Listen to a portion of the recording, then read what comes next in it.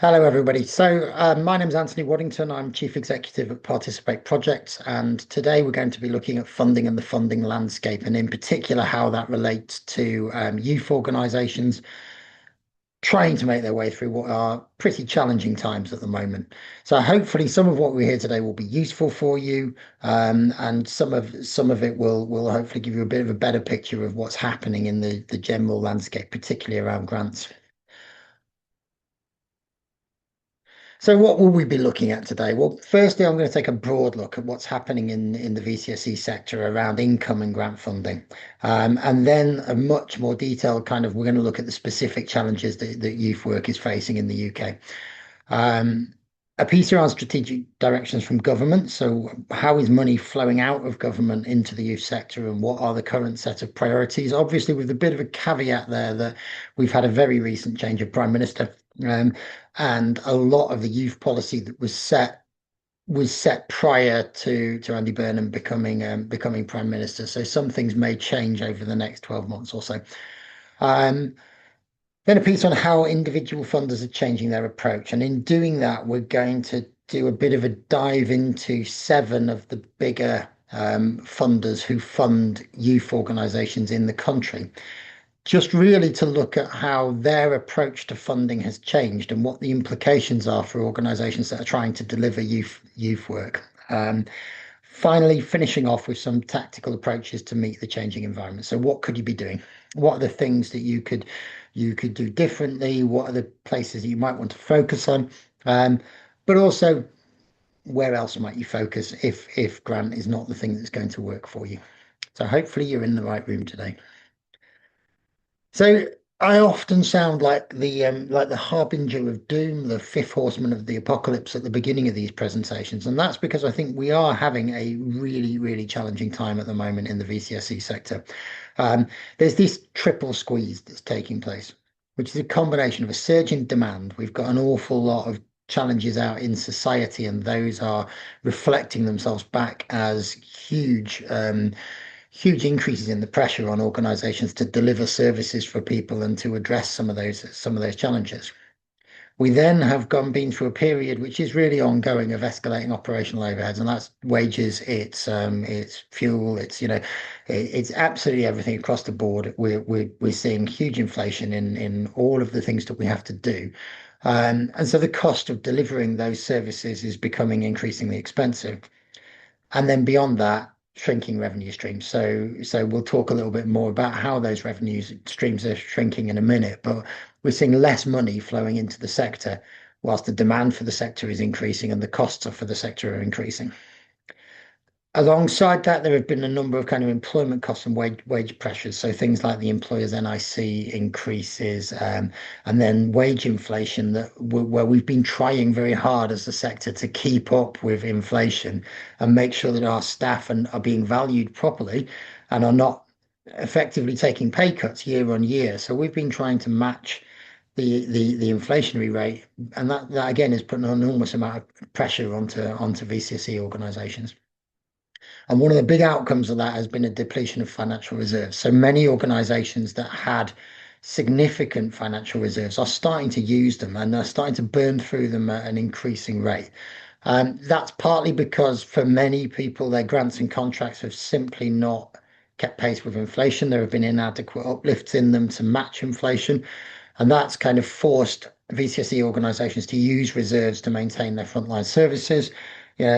Something like 56% of public sector contracts are now subsidized by the charities that are delivering them. And that in itself means that we're weakening the kind of underpinning of an awful lot of voluntary sector organizations, charities, social enterprises, who are using the free money reserves that they have simply for frontline delivery. Alongside that, we've got grant funding in crisis, and there's no other way of staying this. This is a really difficult period in grant fundraising. It's it's caused largely by an increase in grant application volumes and record over subscriptions. So independent trusts report that the number of grant applications they're receiving is typically increasing by between 30 and 50%. So for every grant that they would have been giving out a few years ago, they're giving, they're getting far more applications, and the success rate of those grant applications is obviously dropping as a result of that. What we're also seeing, and this is being reported by lots of the major grant funders, is that increasingly um, applicants are asking for the full amount of the grant. So the amount of money that they're asking for is significantly higher than it would have been just a few years ago, which again means the number of grants that can be given is smaller. We've got, a large number of people applying for more money. The money pot itself is either remaining the same or in many cases shrinking in real terms. So so you're really seeing a case where your chances of getting a grant are significantly smaller than they would have been not that long ago. We've also seen this huge local authority grant retrenchment. So almost a quarter of local authorities, sorry, almost three-quarters of local authorities facing financial hardship, which is, realistically, it's nearly all of them at this point. Have tried to address that financial hardship by reducing grant funding to VCSE organisations. So that's one of the many, many ways that they're trying to reduce the burden on the public purse, is by reducing the amount of money that's flowing out into the voluntary sector. As a result, lots of organisations that were reliant on public sector grants are now looking at those independent trusts, and that contributes to that increase in grant application volumes. There's also been a very big real term decrease in the amount of money that is available within the sector. So the public sector funding has decreased by about 33%. The lottery funding has decreased by about 21% in real terms.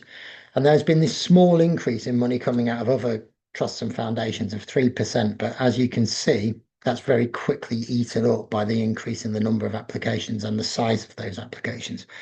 So the overall picture for the whole of the sector, and we're not just looking at youth here, we're looking across the board, is that the financial position of organisations is significantly worse than it was a few years ago. The youth sector has its own very particular set of challenges, and I think that these are, these put it in a special category of being more under threat than other parts of the charity sector. And the biggest issue here is the local authority spending collapse. So a 70% reduction in the spend that local authorities give to youth services generally. This is both their own money, and their own youth services, and it's also where they've commissioned that work out to the voluntary sector. And it equates to about, more than £1 billion a year disappearing out of open access youth infrastructure.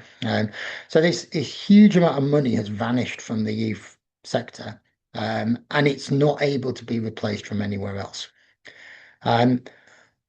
As a result of the limited resource that people have available to them in the public sector, a lot of that commissioning work has moved from what we would have seen as being generalised open access youth provision to crisis intervention.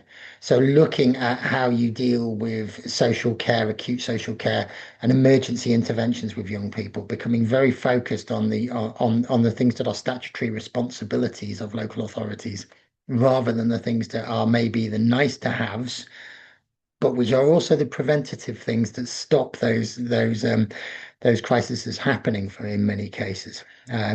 Because they're not statutory, easier to cut, easier to lose. Overall, organisations applying for open access youth for reporting youth provision are reporting that their grant success rate is lower than 20%. So, we're talking about people having to write more than 5 applications for every grant that they actually get. And so there's a huge amount of additional work in the sector. As your grant success rate decreases, you end up having to write more applications, and that obviously takes more time out of your management teams. And then some really big overarching funder trends. So huge shifts in how funders are distributing money into the youth sector. So some of them are quite positive. There's been quite a shift towards giving flexible core funding rather than expecting people to just have project work. But it's been accompanied by a really big prioritization of very specific topics, themes, and geographies and demographics. So very much looking at areas of the most deprivation, looking at issues that are the most challenging, and then looking at the systemic root cause solutions for the challenges that young people face, which doesn't always lend itself to the kind of youth provision that many people will be delivering at the moment. Alongside this, government has published its Youth Matters strategy, which takes us through to 2035. But as I said at the beginning, we have had a recent change of prime minister, so it is entirely possible that at some point, some of the things within that strategy, the emphasis on them may change somewhat. But as it stands at the moment, the sort of key takeaways from that are that there are new revenue funds coming out of government, but that those new revenue funds go absolutely nowhere towards replacing the lost local government funding that's happened over the past few years. Um, there's a very big focus on areas of deprivation and a very big focus on a requirement for co-design and youth involvement in youth services. So basically saying to government departments that are funding youth work, we want to see young people involved in designing youth interventions. We don't want to just see them being the beneficiaries of those interventions. As you might expect, as the government sort of investment is lower than it would have been a few years ago, there's a big emphasis on there on match funding and local philanthropy. So trying to say, can you use your money from central government to leverage local things like philanthropy, like business donations, like securing local funds, that sort of stuff. Um, and then quite a focus on kind of longer term and consolidated local funding. So trying to make sure that we've got more consistent pots of money in specific locations, but again, with this really big focus on the areas of most deprivation. So for a youth organisation in the UK right now, obviously that means that what you're seeing is a very, very, very changing picture around, around grant funding, around government investment. What we've seen is these very big shifts in how they're, in how they're distributing money and what their expectations are. And there's an extent to which I think what we're seeing is a lag in catch up by the sector to say, well, how do we match those expectations in our funding bits? So I wanted to touch a little bit on navigating those new funder expectations and understanding them a bit better. So the fundamental points here are that funders need to manage their oversubscription. We can see that funders, having got that 50% increase in the number of applications they're receiving, higher numbers of applications coming through, have to do something to try and reduce the burden of rejecting everybody. And you will see when we go through some of the individual funders that some of them are putting in place quite extensive measures to try and cut down the number of applications that ever have to be written to them. The main focus in that is that you've seen an awful lot of the funders close their funds, undertake a strategic review, and reopen. And in the process of reopening, their focus is tending to become narrower in terms of geography, in terms of topic, in terms of demographic. So open access youth work has tended to fall through the cracks when that happens, because what happens is they're looking for something that is much more specific and targeted at a very particular local issue or challenge. Funders are also demonstrating an unwillingness to pick up the result of problems they perceive government has made. Yeah. So, for example, replacing council funding for youth services, or, a very relevant one for the Youth Investment Fund is this thing of revenue funding new youth buildings, particularly where they can't see a route to sustainability being properly mapped out by that organisation and really saying, yes, we need some revenue funding now, but the building will become sustainable over time. Funders have shown some unwillingness to try and replace some of that money or to provide money to support it.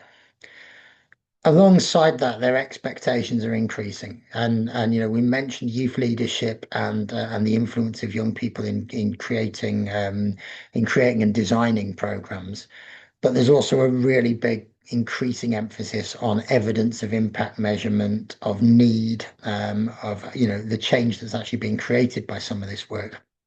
And and I think it's probably true to say that the expectations of funder are generally outpacing the ability of youth organisations and the VCSE sector more generally to put in place the things that they need to measure impact in that way, to be able to demonstrate need in that way, to put in place new youth involvement structures and all those sort of things. So as a youth organisation, it's quite likely that what the funder is wanting you to be is not quite where you are at the moment. And that sort of starts to put us into the frame of where do we need to pay attention to, what areas do we need to pay attention to if we're going to be fundable in the future. In terms of responding to government, funders are guarding their cash.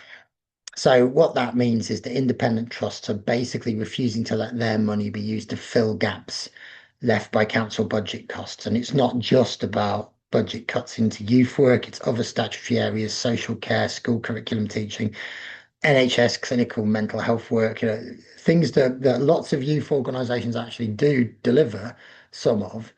But increasingly, funders are saying, hang on a minute, we believe that this is the responsibility of the state. And so why are we replacing their work? And is the state simply seeing funders as an option to replace some of that money that would historically have come from tax revenue? Um, then there's the running cost challenge. So again, coming back to this issue of the YIF buildings themselves. So charities have and social enterprises have had an awful lot of access to capital money over the last few years. We've had the youth focused work like YIF, but we've also had things like the Community Ownership Fund. So we've had lots and lots of programs that are focused on creating buildings. A lot of towns fund money went into building buildings. Um, and those rebuilt spaces, whilst in many cases they may be producing some cost saving benefits for the organizations because hopefully they will be more efficient, there'll be better buildings. In other cases, what you're seeing is that they actually increase the cost. They've often created bigger buildings. They've often, in some crazy cases, created new sites for people to support. And so a lot of the organizations that have benefited from those build programs are now facing the separate challenge of finding multi-year funding to pay for the ongoing building maintenance costs and running costs, and also to pay for the expanded youth programs that those buildings require to be, to meet their potential. So where grant funders are willing to provide that multi-year funding, they really do want to see that those buildings are creating something that is sustainable. So so that they're not going to be expected to continue to fund that work in perpetuity. So really clear that lots of the funders want to see multi-year plans showing how the buildings will grow to become sustainable over time to effectively pay their own way. And then there's a big thing about standing out. With the number of organizations now competing for bids, it's really important that those bids, that organizations are very good at standing themselves out in those bids, but also that the bids highlight early prevention, informal learning, trusted relationships, youth advocacy, that they're focusing in on the topics that the funders are particularly interested in. The next one, I guess, is about cold spots. The focus of both government funding and funders has been historically it's looked an awful lot at youth offending rates, and that's probably not really the focus anymore. What really is the focus is finding what are being described as youth cold spots. So trying to use mapping tools to find communities where open access youth work doesn't exist, rather than the ones where there might be multiple competing organizations trying to deliver a service to young people. Focusing on forgotten places. I think you see this in particularly when we get onto to children in need. They've done an awful lot of work on this, but looking at the places maybe that have not been hit by grant funding previously, which means shifting priorities towards coastal towns, isolated rural villages, outer city estates rather than central urban areas. So really saying where do we need to, where are the gaps? Rather than just we want to support youth provision, it's we want to support youth provision and here are the communities in which we want to support it. So in order to meet some of those things, your bids need to stand out by bringing local data proving what other services are available nearby. So being able to say, well, we are one of those cold spots, we are one of those forgotten places, or where there's local provision that already exists in an area, considering whether or not partnership bids might be the right way to go. That actually being able to say, we are all going to ask for this money together, rather than saying we're going to compete with one another, um, to try and get money out of funders. So that's a general picture, and what I wanted to do to kind of bring it to life is to go through seven spotlights on some specific grant funders. So these are seven organisations that have historically funded youth organisations. Some of them, youth is their main priority. Some of them, it's one of the strands that they fund. And some of them, it's been a relatively minor part of, but they have had the willingness to fund youth organisations. And what we're going to look at in this, we're going to look at, well, what's changed in their strategy and in their approach to giving, what's changed in their application process, and what's changed, what does that mean? What does that mean for the organisations that are applying to them? And we're going to start with one of the big ones, which is obviously a very significant focus on children and young people, and that's BBC Children in Need. So Children in Need is one of those organisations that went through a big strategic review recently. And as part of that strategic review, it came out and moved away from a single kind of national program into which anyone could apply to regional priority lists. So this was looking at how specific local areas, and I say local, but these are the regions effectively, looking at what the particular underlying issues underneath, the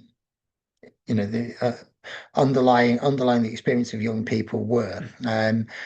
And what it means is that in every part of the country now, there is a different set of targeted specific issues that they want to see projects addressing. So that might be targeted mental health for girls or outreach addressing violent crime. An awful lot of them are looking at young people who've been the victims of violence or have been, or who have been, part of crime in one way or another. And underneath that, they've also identified priority communities in each region. So where what we had previously was one single program that any organization could apply into, what we have now is a program where, yes, you can still apply to it, but you're being told very, very clearly by the Children in Need strategy that there are certain communities that will be prioritized, and that within those communities, there are certain issues that will be prioritized. And if you don't hit those priorities, you're much less likely to be successful with them. Given that only about 16% of Children in Need applications are successful, that means that you really do need to be thinking about, can I hit those targets, or am I basically wasting my time by writing an application? They've also moved significantly towards showing impact.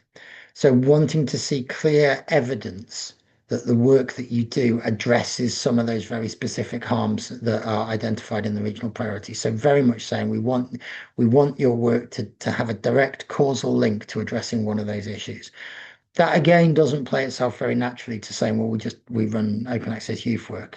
If you are doing that, what you need to be doing is really starting to look at how do we address the impact part of that, and how do we show how that works.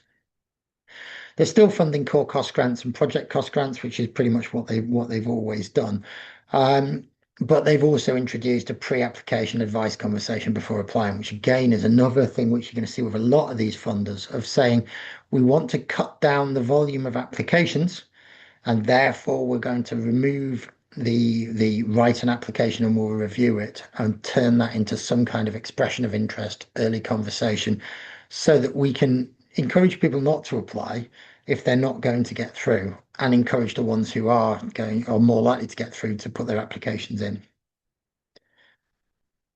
So the second one, which obviously is the single biggest community funder in the UK, is the lottery. So big shift in lottery strategy over the last few years as well, moving to an equity-based approach, prioritizing areas and communities that can show they're disadvantaged.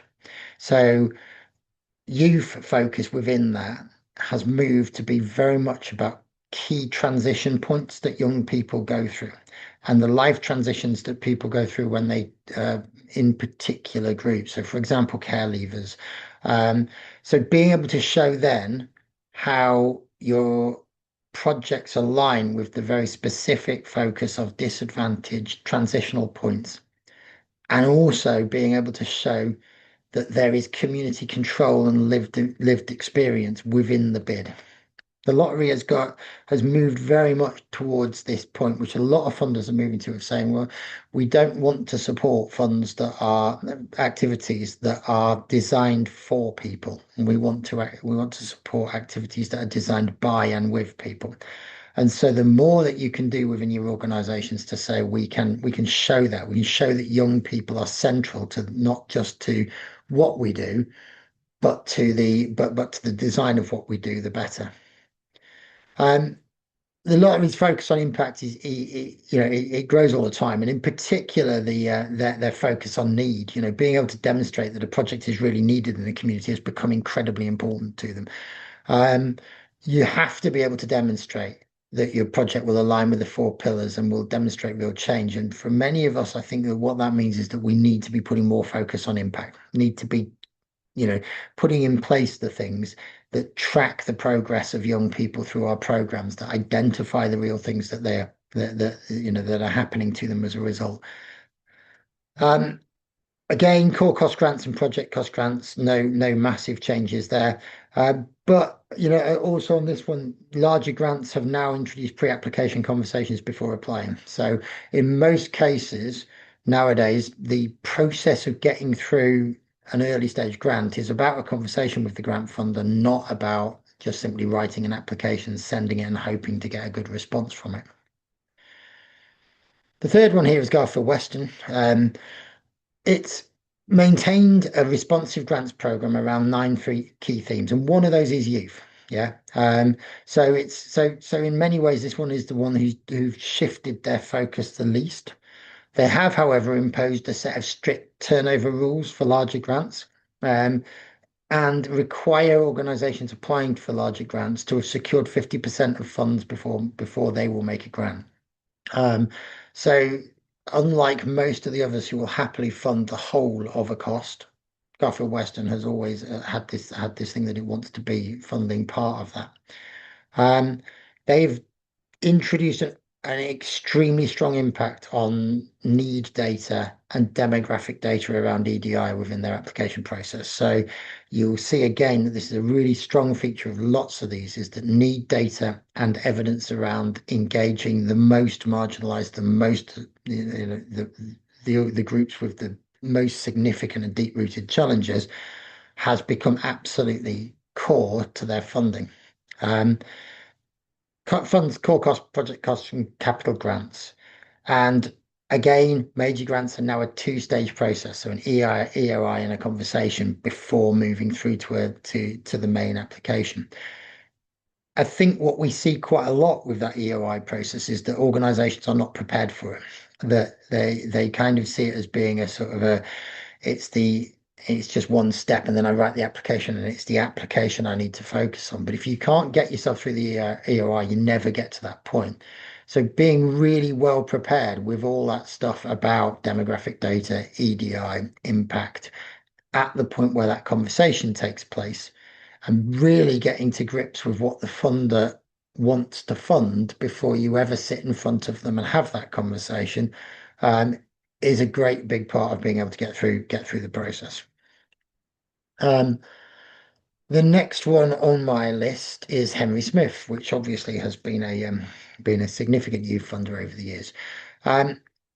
They're the one who've gone through one of the bigger changes in this, closed all open grant programs and then reopened with a focus on more specific local issues and marginalized groups. So general youth funding has been pretty much replaced by project youth funding around specific issues. So recent things that they've had open have been LGBTQ housing and careers advice in disadvantaged communities. I think that one is still open today.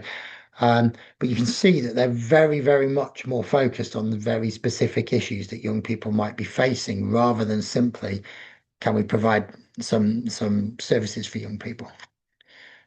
They have become extremely focused again on impact. Local stats showing how your service reduces hardship and improves the daily lives in the postcodes in which you're operating. And I think across the board, that message about impact being the single most important focus place that you can put your attention is going to come out time and time again in this. And then and then the grants typically now have significant restrictions on who can apply. So where in the past there were open programs, and yes, they did say we want to fund in the bottom 20% most deprived communities. What you're seeing now is that each individual grant has a much more specific set of requirements, both in terms of what the organization must be, who should be the beneficiaries, and where it must be. So a much more contracted in program, again, illustrating that point that grant funders are trying to reduce the number of applications they get and become more focused and targeted on the very specific issues they want to create change in. One of my favorite funders is Esme Fairbairn.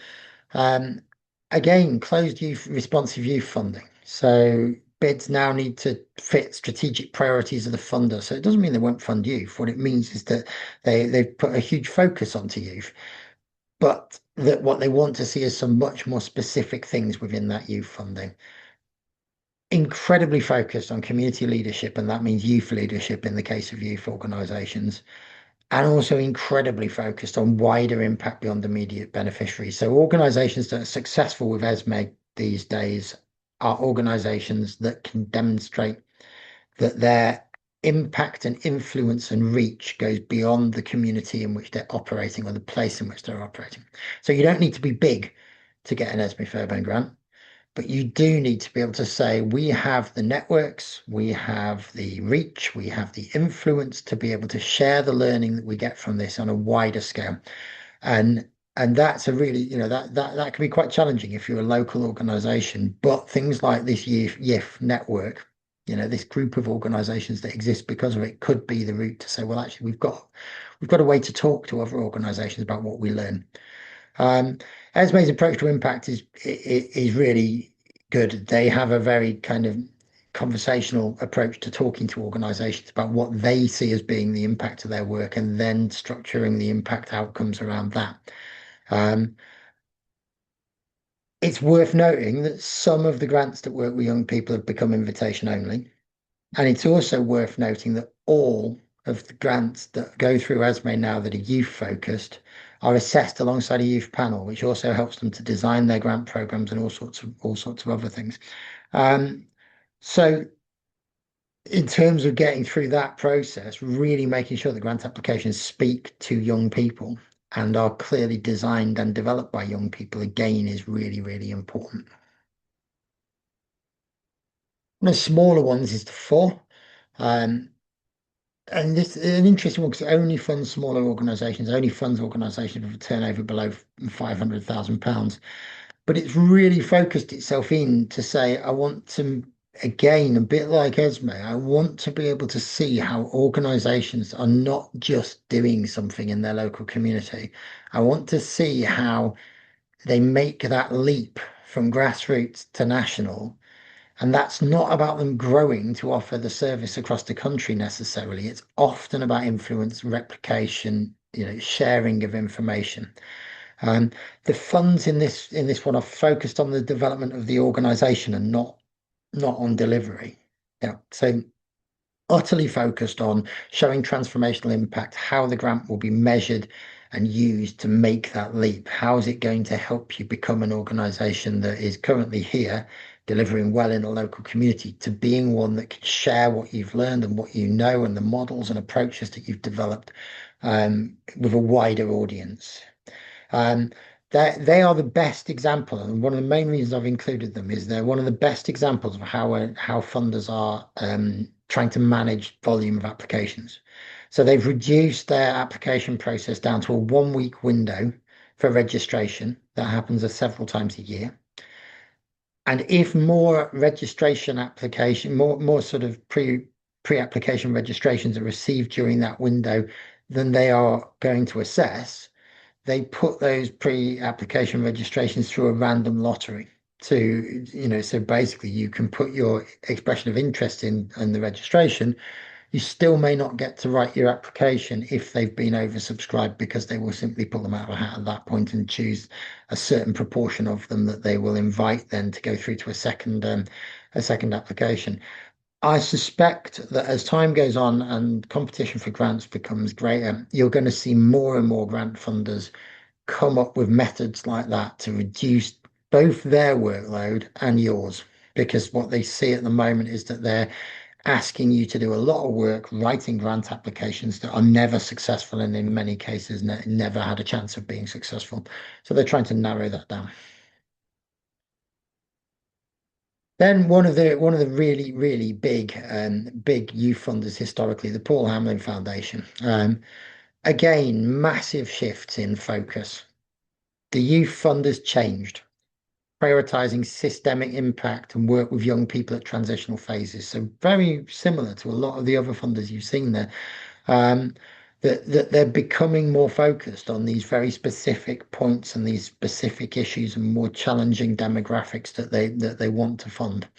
Um, Again, you're seeing the same thing that you've seen with Esme and the floor, that work must have wider systems influence. It's not just about being able to do your job well in your local community. It's about what did you learn from that and how did you use that and share that elsewhere. Um, and that the work has to address root causes of inequality, that it's not just kind of putting the sticking plasters on, it's getting deep into the challenges. Um, and again, lived experience. Very importantly, they want to see approaches that recognize intersectionality and things like anti-racism built into organizations. They've had a very strong focus in Paul Hamlyn on saying that actually, the deepest problems are caused by intersectionality of different issues. Um, Again, another one that's introduced pre-application inquiry calls and Q&A sessions. So, across the board, you're seeing these very clear themes that are emerging across all of the bigger funders. So what does that mean?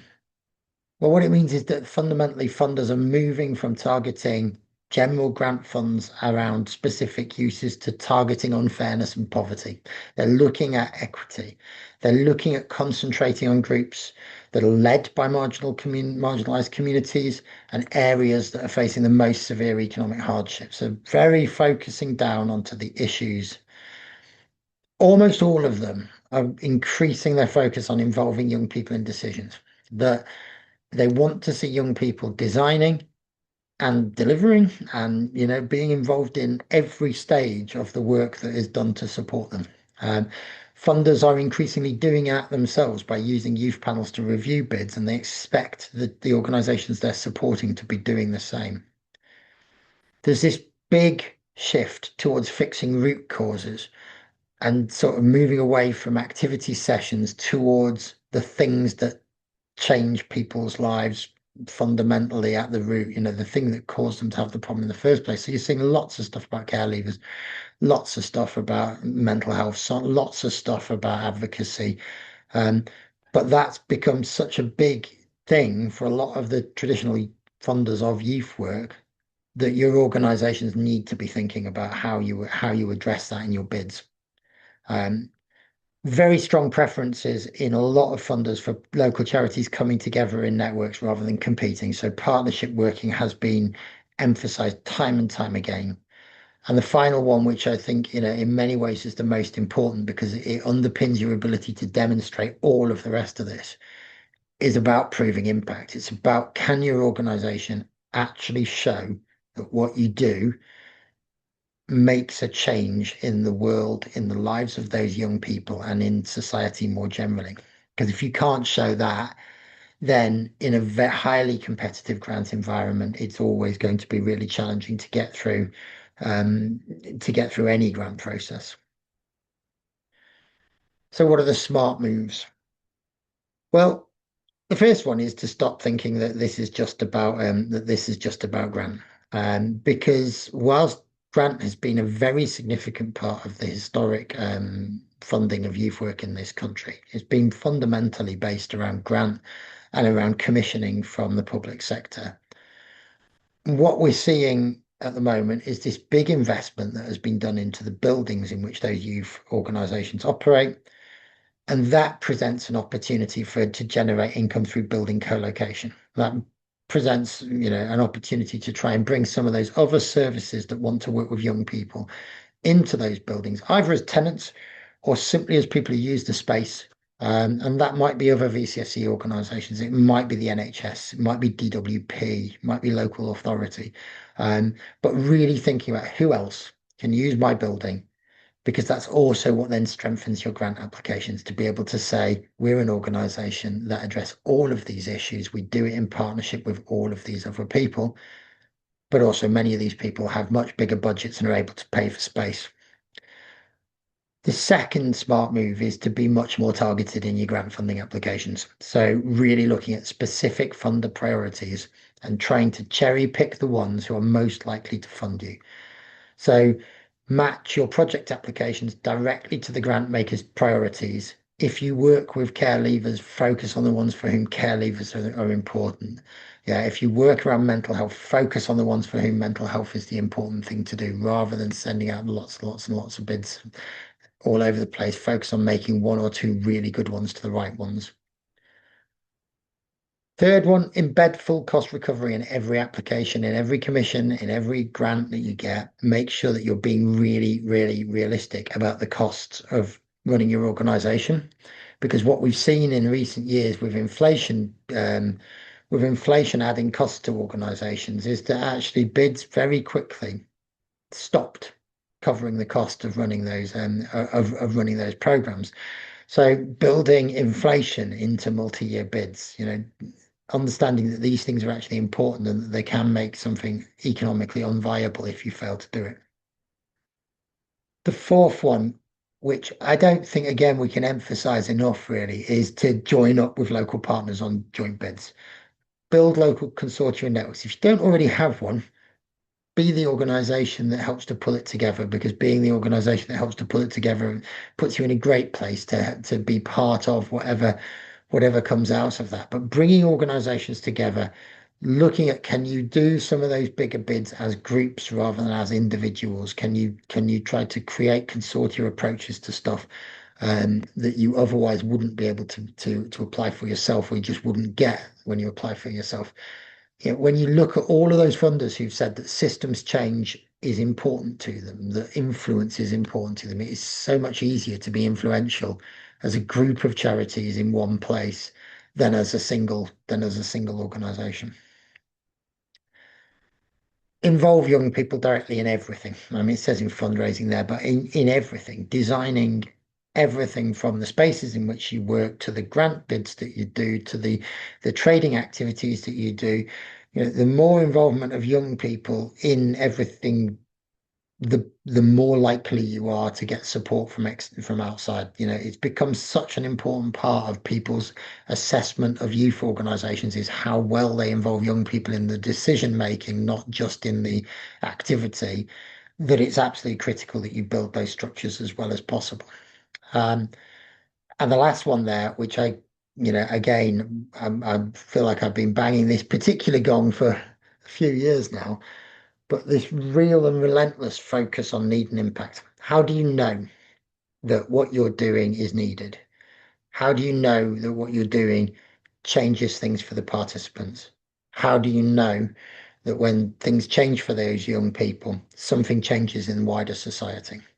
So starting with that, building a theory of change and understanding what you think is happening, and then putting in place those measurement points that give you real evidence. Because one of the things in youth work that I think is absolutely critical is that every youth worker, everybody who volunteers in a youth setting, sees the change that happens for young people. But actually, we're not very good at articulating that always to the people who hold the purse strings and ultimately are going to give us the money. And the more that you can get to a point where you can catch that narrative and bring it into your funding bids, bring it into your proposals, bring it into the pitches you might do to businesses, that sort of stuff, the better. So I'm going to finish up on an and finally, and I think probably everybody would be very disappointed if I didn't put up the big wheel of income at some point during this. But what I really want to say in this bit is to remember that this is where money comes from in the voluntary sector. That social enterprises and charities in this country don't just get their money from the blue section of grants, from those lottery, charitable trusts, community foundations, all of those things. That actually money flows from all of these other places. And if you can get a balanced view of what your income should look like, you're far more likely to be successful. So, thinking about donations, business donations, social value, thinking about, your engagement with your local business community, your high net worth individuals, thinking about individual fundraising and thinking about legacy. It's not one that comes up with young youth organizations very often, but many of the organizations we're talking about have existed for decades and have been really important in the lives of the people and the communities around them. So really thinking about, can I do more in that? Continuing to think about commissioning and contracts, because whilst all of that stuff is diminishing, there are other things like health service contracts that you may be able to say, well, actually, we can deliver some of this stuff. We can be the conduit and the access point to young people that you need to deliver some of your health outcomes. Really importantly, having been through the Youth Investment Fund build, trading is absolutely critical to this. So the new buildings that you have need to become an anchor for your finances. They can't become a drain on them. They have to become part of the mechanism that you have for generating income. And really, really saying, can I make that building pay? Yeah. Whether that is simply by renting space to people, or whether actually what you're doing is something much more targeted and trying to bring specific organizations into that building that you can then do joint fundraising bids with, that you can then deliver services with, thinking about how those buildings work. If they're not adding to your finances at the moment, thinking about how they might. And then, of course, sometimes using things like social investment to unlock things like trading, commissioning, and individual giving, where you're going to be able to generate the income to repay the loan. So, don't discount the idea that if something can be built that will make a lot of money for you, you can use investment to do that and enable your organization to be more independently financially secure. So thank you, everybody. I hope that has been useful.